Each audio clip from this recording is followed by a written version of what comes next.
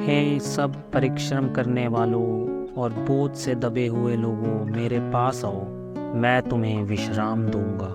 Negative and positive thinking. क्या आप अपने शरीर को तंदुरुस्त रखना चाहते हैं? अगर शरीर को तंदुरुस्त रखना चाहते हैं तो अपने दिल और दिमाग को भी तंदुरुस्त रखना होगा। हाँ दोस्तों, यही है नेगेटिव और पॉजिटिव थिंकिंग। अपने शरीर को तंदुरुस्त रखना होगा हमें। हम अपने शरीर को तंदुरुस्त रख सकते हैं हमारी सोच से।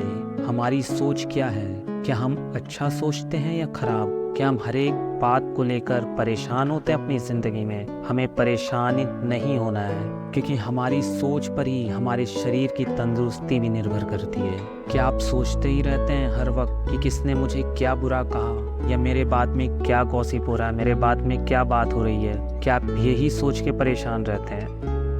इस बात को सोच के आप परेशान ना हो कि आपके बारे में कौन क्या बात करता है, क्योंकि आपकी बातों को, जो भी आपके खिलाफ बात होती है, उसको सुनने वाला कोई और है। वो परमेश्वर है, जो परमेश्वर आपकी बातों को सुन रहा है, जो आपके खिलाफ भी होती हैं, जो आपके विरोध में भी हो। परमेश्वर सुनता है और उचित समय आने पर वो अपने आप ही उनको जवाब देता है। अगर आपने, जो आपके बारे में बुरा बोल रहे हैं, अगर आपने उनको उसी वक्त बोल दिया बुरा, तो आपने अपने ऊपर वो निर्णय खुद ही ले लिया और परमेश्वर के ऊपर आपने कुछ ना छोड़ा। जो परमेश्वर काम करता है वह चुप रहते हुए काम कर देता है कि आपको पता भी नहीं चलेगा। आप कुछ भी बुरा सोचते हुए या नेगेटिव थिंकिंग करते हुए आप अपने शरीर को परेशान ना करें, क्योंकि शरीर को आप परेशान करेंगे तो शरीर आपको ही परेशान करना शुरू कर देगा। वो अनेकों अनेक परेशानियों से आपको घेर लेगा, आपको अनेकों अनेक बीमारियों में घेर लेगा। जो बीमारी आप ही को परेशान करेगी, आपके शरीर को नुकसान करेगी। तो अपनी बातों को, अपनी दिमाग की बातों को, दिल की बातों को नेगेटिव नहीं बल्कि पॉजिटिव थिंकिंग की ओर ले जाएं। आप वो बातें सोचें जो आपके दिल को सुकून दें, कि दिल को परेशान ना करें। आप अपने दिल को परमेश्वर की बातों की ओर लगाएं, परमेश्वर के वचन की ओर लगाएं। जो बातें आपको तसल्ली, आपको भरोसा देती हैं।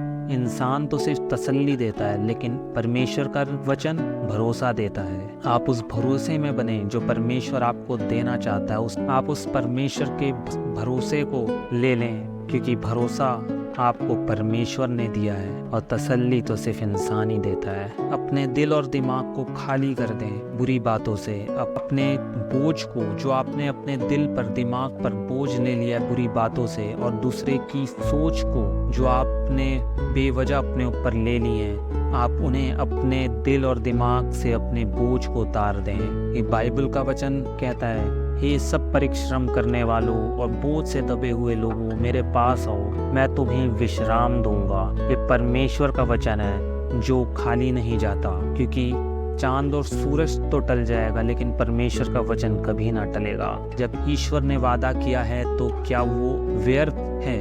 नहीं, वो व्यर्थ नहीं हो सकता। ये परमेश्वर का वादा सदा का है। नेगेटिव थॉट्स को अपने मन में लाने ना दें। आप उसकी बात करो, उससे बात करो, अर्थात ईश्वर की बात करो और ईश्वर से ही बात करो। इंसान शांति नहीं दे सकता, इंसान बस दिलासा ही दे सकता है आपको। परमेश्वर का वादा है कि वो हमें विश्राम देगा, मतलब वो हमें हर नेगेटिव थॉट से आज़ादी देगा, हमारे अंदर अपना विश्वास भर देगा। आप उस विश्वास को लेकर आगे चलें और अपनी ज़िंदगी में कामयाबी की ओर बढ़ें। ईश्वर पर, रब पर, गॉड पर, परमेश्वर पर ध्यान लगाएं। परमेश्वर पर ध्यान लगाना ही पॉजिटिविटी है। अच्छी बातों पर ध्यान लगाएं। आप किसने क्या कहा आपको, ये आप भूल जाएं। आप आगे बढ़ें और हर एक की अच्छी बातों को अपना लें और बुरी बातों को छोड़ दें, क्योंकि अच्छी बात आपको एक पहलवान में भी दिख जाएगी और एक कि उसमें ताकत है, और उसकी बुरी बातों को, कि वो किसी को परेशान करे अपनी ताकत से, तो आप उसकी बुरी बातों को छोड़ दें और जो उसकी ताकत को देखकर आप अपने में भरोसा लाएं और अब उसकी ताकत को देख के आप आगे बढ़ें कि मुझे अपने में पॉजिटिविटी लेनी है और ताकत अपने में लेनी है कि और आगे बढ़ना है अपने जीवन में। आपको अपने अंदर सबकी अच्छाइयों को बटोर लेना है और सबकी नेगेटिविटी को, जो भी आप देखते हैं बाहर, किसी की बुराई को देखते हैं तो आप उस बुराई को छोड़ दें, आप उसकी अच्छाई को ले लें, क्योंकि अच्छाई के ही साथ हमें आगे बढ़ना है। क्योंकि परमेश्वर को अच्छाई ही पसंद आती है, वो बुराई पसंद नहीं करता। वो हमसे घृणा नहीं करता, वो हमारी बुराइयों से घृणा करता है। आप अपनी बुराइयों को छोड़ें और अच्छाइयों को अपनाएं और ईश्वर में लिपटे रहें। हमेशा हर एक बात के रास्ते दो ही होते हैं, लेफ्ट या राइट। आप में दिमाग दिया गया परमेश्वर की ओर से कि आप इंटेलिजेंस का अपने दिमाग का उपयोग करें और चॉइस आप ही की है कि आपको कौन सा रास्ता लेना है। को अपना लक्ष्य खुद ही तय करना होगा, क्योंकि परमेश्वर ने हर एक को दिमाग दिया है, को चॉइस दी है कि अपनी जिंदगी में क्या करना चाहता है। ये आप पर निर्भर करता है कि आप क्या चुनना चाहते हैं, आप अच्छे रास्ते को या बुरे रास्ते को। पॉजिटिविटी के साथ आगे बढ़ें, अपने जीवन में कामयाबी को ग्रहण करें, क्योंकि लक्ष्य बड़ा होना चाहिए।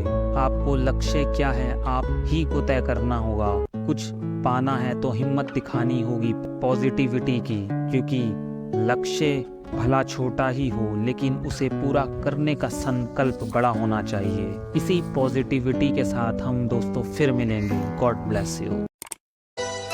जो क्रूस पे कुर्बान है वो मेरा मसीहा है। हर ज़ख्म जो उसका है वो मेरे गुनाह का है। वो